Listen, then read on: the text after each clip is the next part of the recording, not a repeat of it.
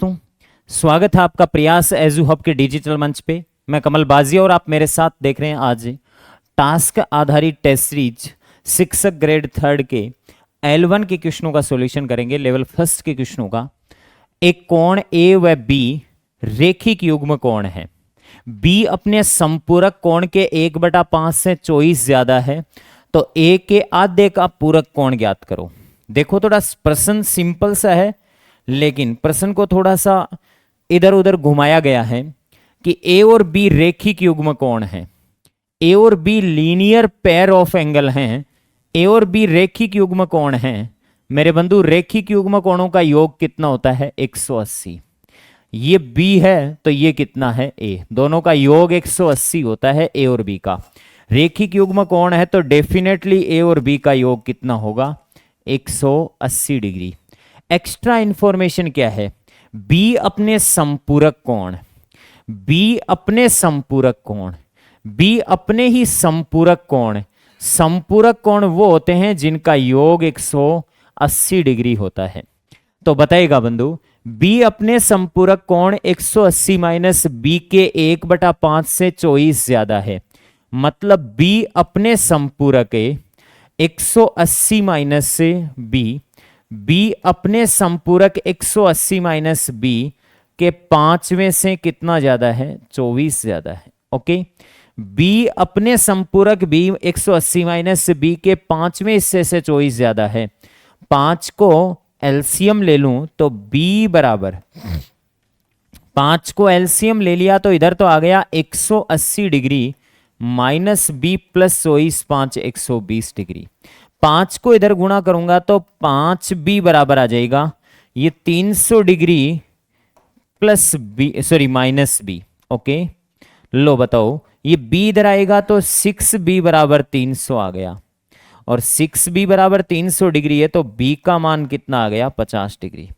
और b का मान 50 डिग्री आ गया तो मेरे बंधु ये पता है कि a का मान कितना होगा? 130 डिग्री। अब ये कह रहा है कि ए के आधे का पूरक कोण, ए का आधा, बताओ 130 डिग्री का आधा कितना होगा? 65 डिग्री। और 65 डिग्री का पूरक कोण, पूरक कोणों का योग 90 डिग्री होता है, तो 65 का पूरक कितना होगा? 25 डिग्री। आंसर आ जाएगा। ठीक है, ओके, तो ये राइट आंसर कौन सा होगा? 25 डिग्री, बी ऑप्शन सही है। ओके, तो क्वेश्चन ये था कि ए और बी रेखिक युग्म कोण है। बी अपने संपूरक कोण के 1/5 से 24 ज्यादा है, तो ए के आधे का पूरक कोण ज्ञात करो। ये आपके सामने पड़ा है। ओके, नेक्स्ट इसके बाद में अगला क्वेश्चन। आसन कोणों की परिभाषा के आधार पर निम्नलिखित में से कौन सा विकल्प सही है? आसन कोण कौन से होते हैं बंधु? आसन कोणों की खास बात यह होती है, आसन कोणों में एक उभयनिष्ठ शीर्ष होता है। आसन कोणों में एक उभयनिष्ठ शीर्ष होता है, एक उभयनिष्ठ भुजा होती है। आसन कोणों की परिभाषा में क्या क्या चीजें शामिल है? आसन कोणों में एक कॉमन वर्टेक्स होता है, एक उभयनिष्ठ शीर्ष होता है। ओके, एक कॉमन वर्टेक्स होता है, उभयनिष्ठ शीर्ष होता है। एक आसन कोणों में उभयनिष्ठ भुजा होती है। क्या होती है? उभयनिष्ठ भुजा होती है। आसन कोणों का एक उभयनिष्ठ शीर्ष होता है, एक उभयनिष्ठ भुजा होती है। और उभयनिष्ठ भुजा के अलावा अन्य 2 भुजाएं होती है, उनसे ये कोण बनते हैं, एक क्लॉकवाइज बनता है तो एक एंटी क्लॉकवाइज बनता है। ऐसी परिभाषा होती है आसन कोणों की। 2 कोण आसन कोण कहा जाता है यदि उनकी एक उभयनिष्ठ भुजा हो। बंधु, 2 कोणों को आसन कोण कहा जाए कि उनकी उभयनिष्ठ भुजा हो, सही नहीं है। देखो कैसे, इस प्रकार से मैं 2 कोण बना दूं, सपोज इस प्रकार से, एक कोण यहां थीटा ले लिया और एक यहां पे अल्फा ले लिया। ये उभयनिष्ठ भुजा है, लेकिन ये आसन कोण नहीं है। उभयनिष्ठ भुजा के एक दाईं तरफ होना चाहिए तो दूसरा किधर होना चाहिए? बाईं तरफ होना चाहिए। इसका मतलब ये उभयनिष्ठ भुजा तो है, लेकिन दोनों एंटी क्लॉकवाइज बन रहे हैं। इसका मतलब ये आसन कोणों के लिए सही कथन नहीं है। आसन कोण, 2 कोणों को आसन कोण कहा जाता है यदि उनकी उभयनिष्ठ शीर्ष हो। क्या मतलब हुआ इस बात का? उभयनिष्ठ शीर्ष हो, सुनना मेरी बात। आसन कोण कहा जाएगा, उभयनिष्ठ शीर्ष हो। ये थीटा ले लूं और इसको अल्फा ले लूं, ये आसन कोण तो नहीं है, लेकिन उभयनिष्ठ शीर्ष जरूर है, इसका मतलब ये भी सही नहीं है। ठीक है बंधु, इसके बाद में कहता है दो कोणों को आसन कोण कहा जाता है यदि उनका एक उभयनिष्ठ शीर्ष एक उभयनिष्ठ भुजा हो और उनकी एक गैर उभयनिष्ठ भुजाएं उभयनिष्ठ भुजा के विपरीत हो। डेफिनेटली ये बात एकदम सही है, तो सी ऑप्शन राइट हो जाएगा। दो कोणों को आसन कोण कहा जाता है यदि मिलकर योग 180 डिग्री बनाते हैं। कोई जरूरी नहीं है मिलकर योग 180 डिग्री बनाने वालों को आसन कोण ही कहा जाए, डी ऑप्शन भी सही नहीं है। ठीक है, काफी एग्जाम्पल हो सकते हैं जिनका योग 180 है लेकिन आसन कोण नहीं है। तो मेरा कहने का मतलब यही था कि आसन कोणों के लिहाज से कौन सा विकल्प सही है, डी विकल्प सही है। पहला और दूसरा सही हो जाता उस केस में जब प्रश्न ऐसे कहता है कि निम्नलिखित में से आसन कोणों के संदर्भ में कौन सा कथन गलत है, तब बंधु पहला और दूसरा सही हो जाता, तीसरा भी सही होता था, चौथा गलत होता है। यहाँ पे 180 योग होना कोई जरूरी नहीं आसन कोणों का। तो आप समझ गए होंगे मेरी बात कि क्या पूछना चाह रहा है, उसके अकॉर्डिंग राइट आंसर कौन सा होगा, सी। देन इसके बाद में एक समचतुर्भुज की कितनी सममित रेखाएं होती है बंधु? सिमेट्रिक लाइन ऐसी लाइन को कहा जाता है जो किसी भी आकृति को बराबर दो भागों में बांटती है या उसका एक दूसरे पर ओवरलैप हो जाती है। समचतुर्भुज रोम्बस जो होता है, समचतुर्भुज ऐसी सी आकृति होती है। समचतुर्भुज की दो सममित रेखाएं होती है बंधु। एक सममित रेखा तो ये होती है जिसके इर्द गिर्द एक दूसरे पर ओवरलैप हो सकते हैं, एक ये। तो समचतुर्भुज में रोम्बस में मैक्सिमम दो सममित रेखाएं होती है। ठीक है, समचतुर्भुज में। समांतर चतुर्भुज में कोई सममित रेखा नहीं होती। पैरेललोग्राम जो होता है उसमें कोई सममित रेखा नहीं होती। समांतर चतुर्भुज में 0 सममित रेखा होती है। देन इसके बाद में अगली आकृति आती है आयत। आयत में मेरे बंधु 4 सममित रेखाएं होती है, सॉरी 2 सममित रेखाएं होती है आयत में। एक तो इस प्रकार से और एक इस प्रकार से। आयत में ये सममित रेखा हो गई कि नहीं हो गई? ठीक है, आयत में ये इस प्रकार से सममित रेखाएं 2 हो जाएगी। ठीक है, नेक्स्ट इसके बाद में वर्ग में कितनी सममित रेखा होती है? वर्ग में 4 सममित रेखा होती है। वर्ग में, स्क्वायर में, स्क्वायर में 4 सममित रेखा होती है। समचतुर्भुज में 2 ही होती है, लेकिन वर्ग में विकिरणों के अलावा मेरे बंधु ये भुजाओं वाली भी होती है। तो वर्ग में कितनी सममित रेखा होती है? 4 सममित रेखा होती है। और वर्त में कितनी सममित रेखा होती है बंधु? वर्त में अनंत सममित रेखा होती है। वर्त में अनंत सिमेट्रिक लाइन होती है। ओके, वर्त में अनंत सिमेट्रिक लाइन होती है। समबाहु त्रिभुज में कितनी सममित रेखाएं होती है? समबाहु त्रिभुज में 3 सममित रेखा होती है। कितनी सममित रेखा होती है? 3 सिमेट्रिक लाइन होती है। और समद्विबाहु त्रिभुज में 1 सममित रेखा होती है। समद्विबाहु त्रिभुज में आइसोस्केल्स ट्राइंगल में कितनी सिमेट्रिक लाइन होती है? 1 सममित रेखा होती है। ये इस प्रकार से 1 सममित रेखा। समद्विबाहु त्रिभुज में 1, समबाहु में 3, वर्त में अनंत, वर्ग में 4, आयत में 2, समांतर चतुर्भुज में 0, सम चतुर्भुज में कितनी सममित रेखा होती है? 2 सममित रेखा होती है। तो राइट आंसर कितना होगा यहाँ पे? 2 हो जाएगा। ओके, नेक्स्ट इसके बाद में आसन संपूरक कोणों के अर्धकों के मध्य बना कोण होता है। आसन संपूरक कोण, आप कहोगे आपने तो कहा था दोस्तों कि आसन कोणों का योग 180 डिग्री होता है, ये गलत बोला था अभी अभी तो। लेकिन बंधु आसन कोणों का योग जब 180 डिग्री होता है तो वो आसन संपूरक कोण बन जाते हैं। ठीक है, योग 180 डिग्री होता है तब वो आसन कोण हो कोई जरूरी नहीं है, लेकिन आसन संपूरक कोण है, संपूरक भी है और आसन भी है, अर्थात उनका योग हमेशा 180 डिग्री होता है। एक 60 डिग्री का है तो दूसरा कितने का है? 120 डिग्री का। ये आसन संपूरक कोण है। और इनके अर्धकों के मध्य कितना कोण बनेगा बताओ बंधु? इस कोण का अर्धक खींचूंगा तो ये यहां कितना डिग्री का कोण बनेगा? 30 का। इस कोण का अर्धक खींचूंगा तो यहां कितने का कोण बनेगा? 60 का। 30 का और 60 का योग करूंगा तो कितना आएगा? 90 डिग्री, जो कि कौन से ऑप्शन में है? डी ऑप्शन में है। कोई कहेगा सर जरूरी है क्या आपने जो डेटा लिए वही डेटा हो? कोई जरूरी नहीं है बंधु, आप डेटा आप अपनी मर्जी से ले सकते हो। ये आसन संपूरक कोण है। ओके, मैं तो डेटा चेंज कर रहा हूं आपके लिए। आप कहो कि सर ये कोण तो आप ले लो मात्र 20 डिग्री का। ओके, ले लो, इस कोण को ले लो, 160 डिग्री लेना पड़ेगा क्योंकि आसन संपूरक कोण ऐसे ही होते हैं। आसन संपूरक कोणों के अर्धकों के मध्य इसका अर्धक खींचूंगा तो ये कितने डिग्री आएगा? 10 डिग्री। इसका अर्धक खींचूंगा तो ये कितना आएगा? 80 डिग्री। 10 और 80 को जोड़ोगे तो कितना आएगा? 90 डिग्री आएगा। आसन संपूरक कोणों के अर्धकों के मध्य हमेशा कितने डिग्री कोण बनता है? 90 डिग्री कोण बनता है। दिया गया चित्र है जिसमें ए बी समानांतर डी ई है, कोई दिक्कत नहीं है। इस प्रकार से एक चित्र बनाकर दिया है आपको, ये लो, ये इस प्रकार से कोई चित्र है, कोई दिक्कत नहीं है। ये इसको आगे बढ़ा दिया, इधर ऐसे मिला दिया। हाँ जी, इसमें ए बी समानांतर डी ई है, ये ए बी है, ये समानांतर है किसके? डी ई के। चलो कोई दिक्कत नहीं है। ये सी है, जो दो कोण दे रखे हैं वो कितने कितने डिग्री दे रखे हैं? ये 115 डिग्री दे रखा है, कोई दिक्कत नहीं है। ये 140 डिग्री दे रखा है। कहते हैं कि समांतर रेखाओं को आगे भी बढ़ा दे तो वो कभी एक दूसरे को काटती नहीं है। लो, समांतर रेखाओं को मैंने आगे बढ़ा दिया तो ये कभी नहीं काटेगी। समांतर रेखाओं द्वारा ये जो अंतःखंड बनते हैं, इन दोनों का योग 180 डिग्री होता है। इसका मतलब ये 65 डिग्री का होगा तो ऊपर वाला 115 डिग्री का होगा, ठीक है, क्योंकि दोनों का योग कितना होता है? 180 डिग्री का होता है, ठीक है। ये 65 डिग्री का है तो ये अंदर भी 65 डिग्री का होगा, और ये अंदर 65 डिग्री का होगा तो इधर 140 है तो ये रैखिक युग्म कोणों से 40 डिग्री का हो जाएगा। इस सी कोण का मान आपसे पूछा है। सी कोण के लिए एक ही काम कर लो, 180 डिग्री में आप पे 65 डिग्री और 40 डिग्री दोनों घटा लो, सी कोण का मान आ जाएगा।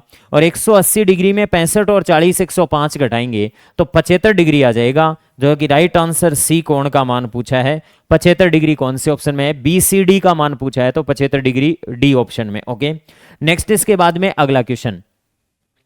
ये इस प्रकार से अपन ने L1 के क्वेश्चनों का सॉल्यूशन किया है। अभी इस सेशन से जुड़े रहिएगा, और भी क्वेश्चनों का सॉल्यूशन आगे हमारे विशेष विशेषज्ञ आपको करवाते रहेंगे। थैंक यू, शुभकामनाएं। नमस्कार, प्रयास ऑनलाइन प्लेटफॉर्म पे एक बार फिर आपका स्वागत है। आज हम आपका L1 का जो पेपर सॉल्यूशन है उसमें संविधान से जुड़े 5 प्रश्न जो हैं, उम्मीद करता हूं कि जो हमने क्लास में डिस्कस किया था और जो आपके अकॉर्डिंग सिलेबस था आपने बहुत अच्छे किए होंगे। फिर भी इनको कोई डाउट्स है तो हम देख लेते हैं ना। देखिए, पहला प्रश्न स्क्रीन पे है। 26 नवंबर 1949 को भारतीय संविधान को क्या किया गया था? अंगीकृत, अधिनियमित और आत्मार्पित किया गया था। बिल्कुल ठीक बात। किसके द्वारा किया गया था?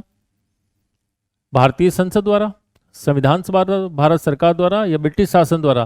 तो ये हमने पूरा अच्छी तरह से डिस्कस किया था कि भारतीय संविधान सभा ने 26 नवंबर 1949 को भारतीय संविधान को क्या किया था? अंगीकृत, अधिनियमित और आत्मार्पित किया था। ठीक है, तो ये बिल्कुल आसान सा प्रश्न था। अगला देखिए, संविधान की 11वीं अनुसूची में कितने मद का उल्लेख किया गया है? 11वीं अनुसूची में आपको सबको पता है कि हमने चर्चा की थी किसके बारे में?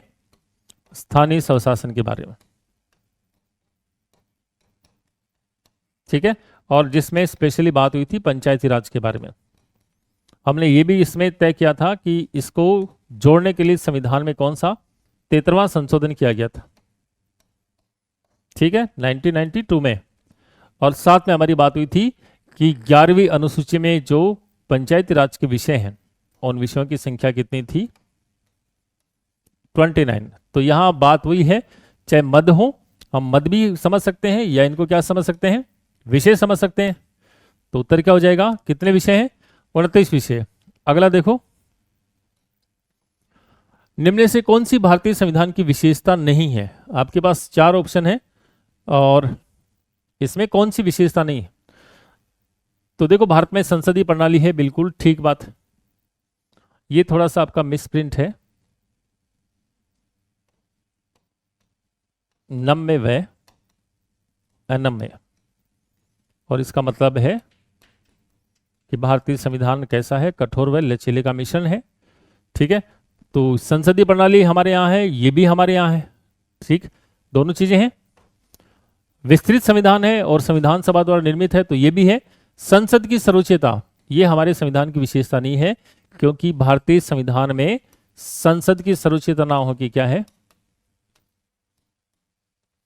क्या उपलब्ध है? संविधान की सर्वोच्चता है, ठीक है ना। तो इसका राइट आंसर क्या हो गया कि संसद की सर्वोच्चता हमारे यहां नहीं है। फिर अगला देखो, संविधान के कौन से अनुच्छेद में संशोधन प्रक्रिया का उल्लेख है? भारतीय संविधान के कौन से अनुच्छेद में? तो ये हमने डिस्कस किया था, आर्टिकल 368। और संविधान का भाग कौन सा है? भाग 20। और कितनी विधियां बताई थी? दो विधियों का उल्लेख है जिसके द्वारा भारतीय संविधान में क्या किया जा सकता है, संशोधन किया जा सकता है। अगला प्रश्न देखो, भारत का राज्याध्यक्ष कौन होता है? Who is the head of state? Simple सा था कि राष्ट्रपति को हम कहते हैं भारत का राज्याध्यक्ष, ठीक है, और प्रधानमंत्री को हम कहते हैं हेड ऑफ गवर्नमेंट, यानी भारत का शासनाध्यक्ष। क्यों? क्योंकि भारत अपने आप में एक राज्य है और भारत को राज्यों का क्या किया गया, संघ कहा गया है, ठीक है। तो यहां पर राइट आंसर क्या होगा कि भारत का राज्याध्यक्ष कौन होता है? भारत का राष्ट्रपति। अगला प्रश्न, ये शिक्षण विधि से जुड़े प्रश्न आपके, तो संविधान को लेकर छोटे से 5 ही प्रश्न थे और उम्मीद करता हूं कि बिल्कुल आपने आसानी से इन प्रश्नों का उत्तर ढूंढ लिया होगा। अगले सॉल्यूशन के लिए एक बार फिर मिलते हैं, तब तक धन्यवाद, जय हिंद। टास्क आधारित सॉल्यूशन वीडियो क्लासेस में आप सबका हार्दिक स्वागत है।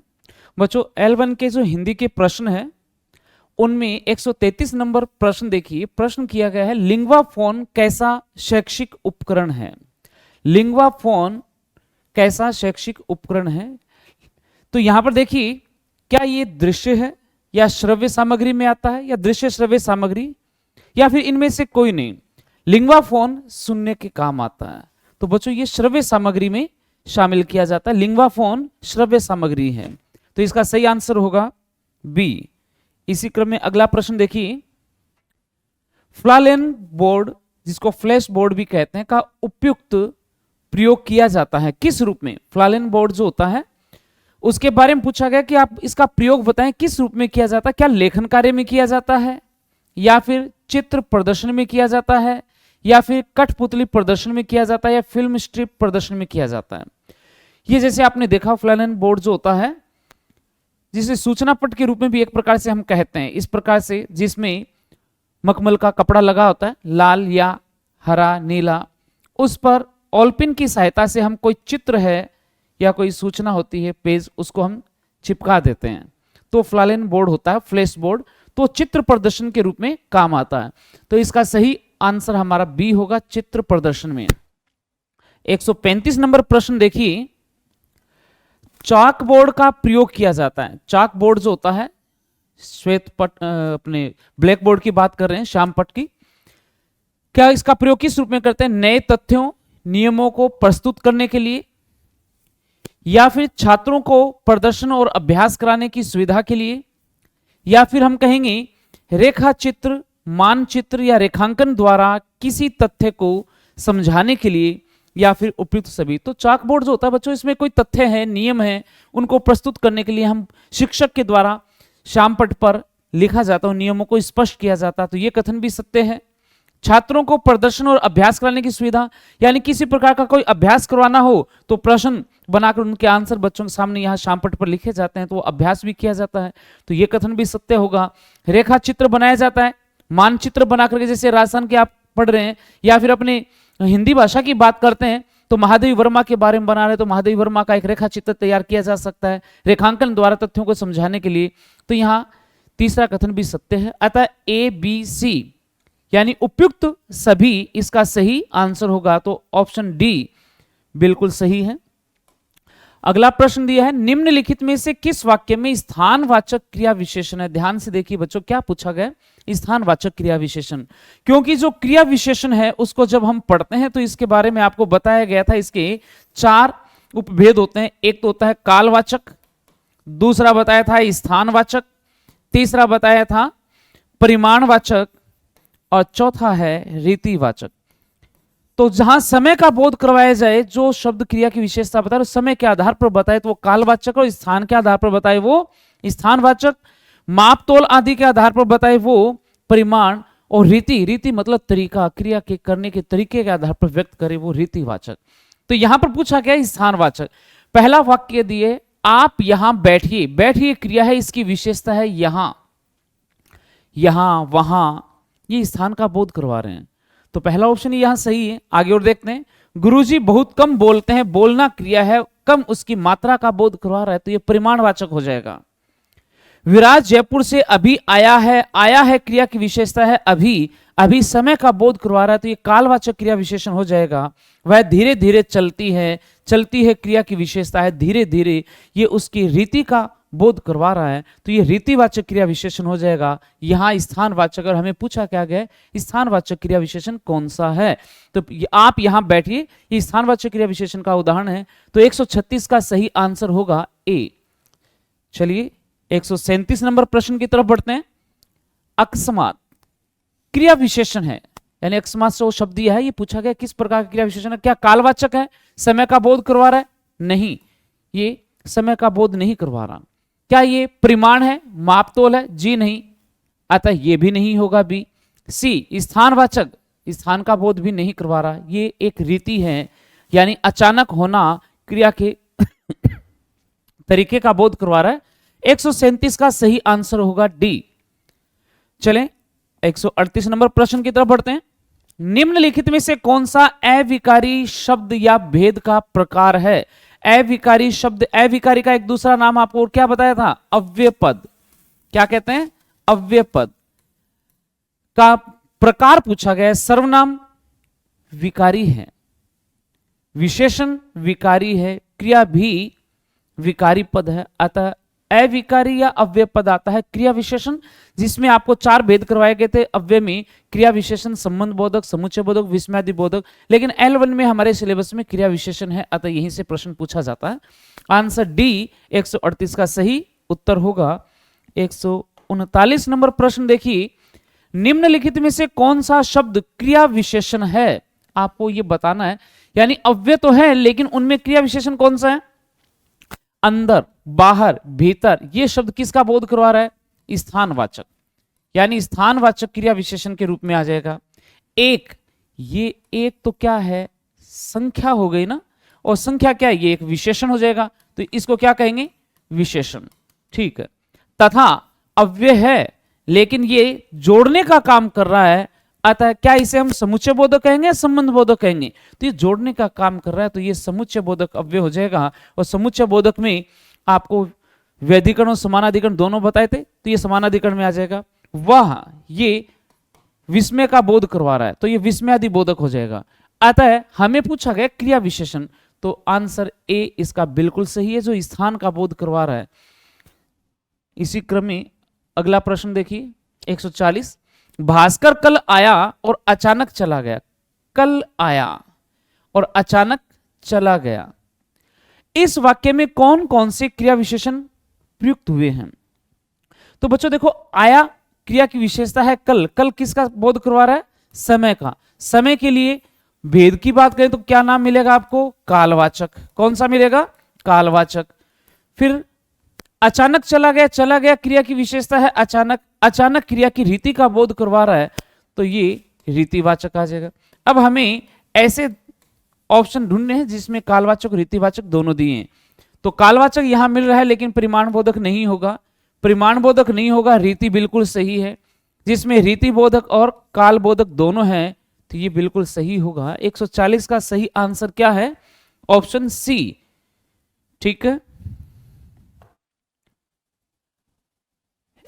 141 नंबर प्रश्न देखिए। दृष्टिबाधित बच्चों को भाषा सिखाते समय कौन सा विकल्प अपनाना चाहिए? कौन सा विकल्प अपनाना चाहिए? उन्हें कक्षा में अलग बैठाना चाहिए ताकि उन पर विशेष ध्यान दिया जा सके? ये तो उचित नहीं।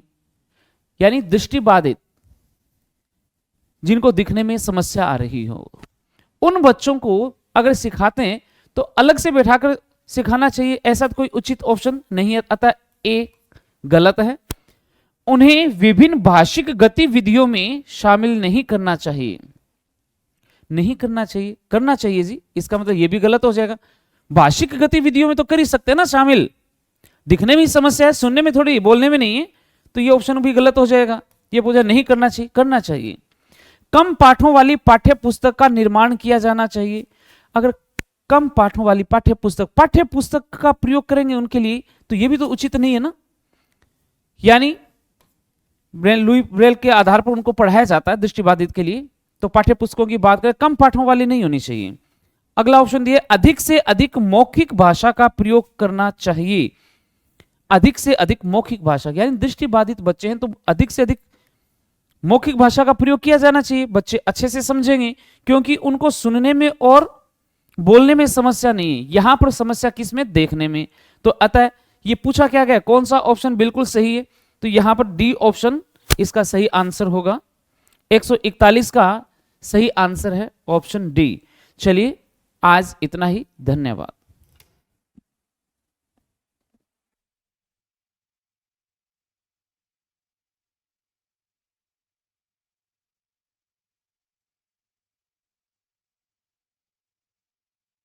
Hello, hello, hello, guys. As you know, myself Praveen Swami, an innovative teacher of competitive English. Welcomes to all my dear aspirants on digital planner of प्रयास करियर इंस्टीट्यूट सीकर।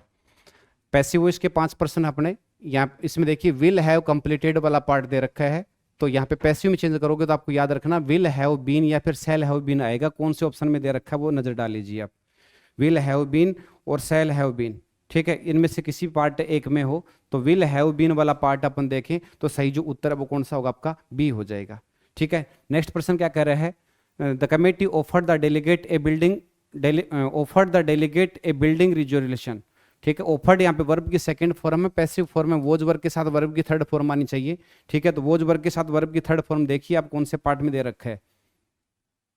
ठीक है, एक तो दे रखा था डेलीगेट वोज, एक है ऑफर्ड द डेलीगेट, तो the delegate was offered a binding resolution by the committee.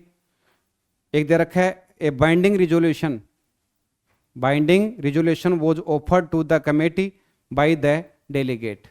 ठीक है, तो इसका सही जो उत्तर बैठेगा वो कौन सा बैठेगा, अपना ए पार्ट हो जाएगा।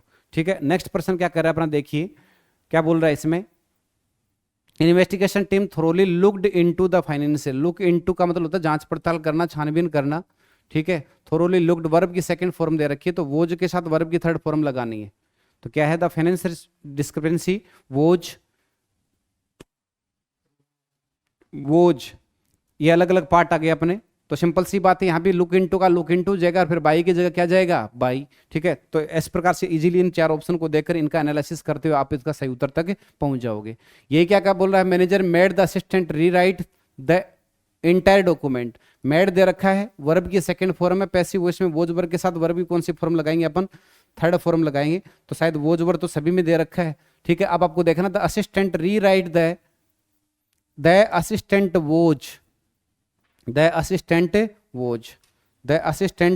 वोज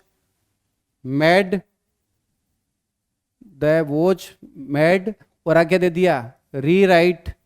ठीक है, rewrite the entire document by the manager. ठीक है, अगला जो पर्सन क्या कह रहा है, रिव्यू है, वर्ब की फर्स्ट फॉर्म है, फर्स्ट फॉर्म वाले वाक्यों को पैसिव में बदलेंगे तो लेट का प्रयोग कर देंगे, तो यहां आपका सही उत्तर ये बैठ जाएगा। अगला पर्सन बोल रहा है कि कौन सी मेथड है जिसको अपन मिशिगन मेथड बोलते हैं, तो ऑडियो लिंगुअल मेथड जो होता है उसको आप क्या बोल सकते हो, मिशिगन मेथड कह सकते हैं। ठीक है, तो राइट आंसर आ जाएगा आपका सही। अगला प्रश्न अपन देखें तो क्या कह रहा है अपना, ग्रामर जो है वो कौन सी भाषा की आत्मा होती है, ये फिलोसफिकल बेस होता है, वो कौन सी मेथड का होता है, जीटी मेथड का होता है।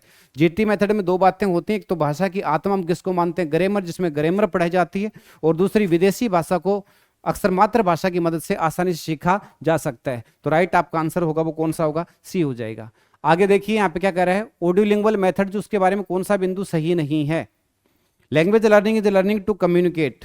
ठीक है, the use of students native language is forbidden. ठीक है, एक कह रहा है language learning is learning structures, sounds और words, language items are not necessary contextualise. ठीक है, तो इसमें कम्युनिकेशन के लिए सीएलटी में आता है, तो सही जवाब आपका यही हो जाएगा। ठीक है, नेक्स्ट कह रहा है बाइलिंगुअल मेथड का प्रतिपादक कौन था, प्रोफेसर सीजे डॉडसन। ये हम प्रतिपादक मानते हैं किसका, बाइलिंगुअल मेथड का। ठीक है, इस प्रकार से आपका सेशन कंप्लीट हुआ। सभी अभ्यर्थियों को जय हिंद, जय भारत।